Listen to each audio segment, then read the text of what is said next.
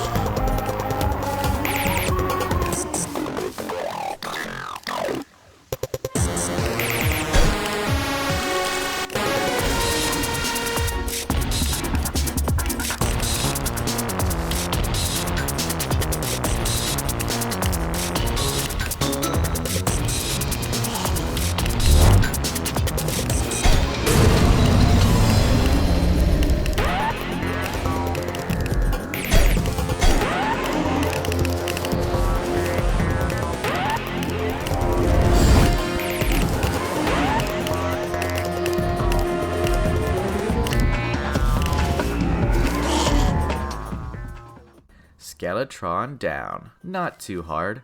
Maybe I should do death mode next time I do Calamity. Anyways, now that he was defeated, he dropped a molten pick, which allowed me to mine all that was in the one block so far. Me being the smartest person in the world, I forgot about all of what I said above and instead thought about fishing crates immediately.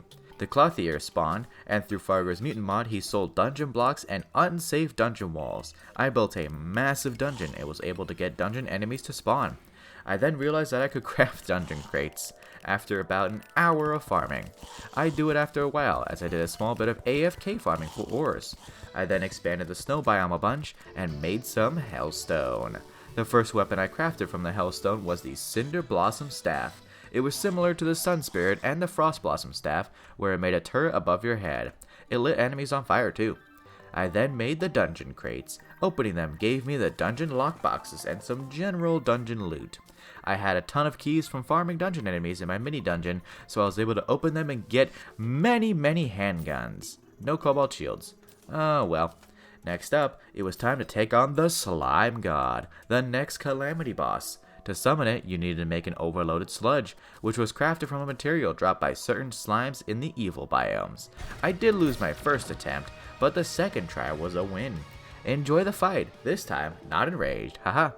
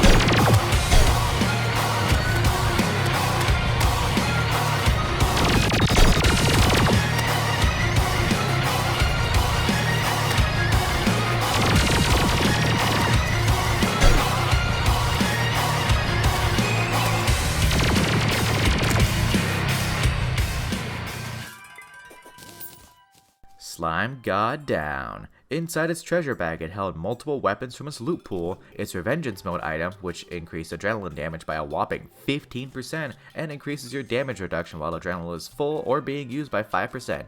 It was the first of 3 items that do something like this. It also dropped its Expert mode item, the Mana Polarizer, which gave some ridiculous buffs to Mage. It also held Gel and Purified Gel, a new crafting material for a new armor set, the Stagial set. It could also be made into many weapons and accessories, including many Knight's Edge tier weapons. To make the Stagial set, you needed a Static Refiner, which was crafted from Purified Gel and a Solidifier. The armor itself was made from Hellstone and Purified Gel. The Summoner set bonus gave a lot of minion damage and 1 minion slot, as well as making a friendly slime based on the world's evil. It also made it so that taking more than 100 damage in a single hit made you immune to damage for a few seconds. It also gave increased jump height and speed as well as 12% jump height increase. A lot of words, but this was a very powerful pre-hard mode armor set. To finish up this episode, I was again forced to cheese in more crafting materials. As the Sunken Sea didn't exist, I had to cheese in crafting materials for the Jelly Charged Batteries, which gave a minion slot, extra minion damage, and allowed minion attacks to inflict the Electrified debuff. And with that, we leave off right before the Wall of Flesh and the start of hard mode. Let's take a look at upgrades made this episode. For armor, I went from the Aerospec armor to the B armor to the Stagio armor. For weapons, I just added the Cinder Blossom staff to my arsenal of minions. For accessories, I added the Jelly Charged Batteries. Don't worry, I only cheese in stuff when necessary.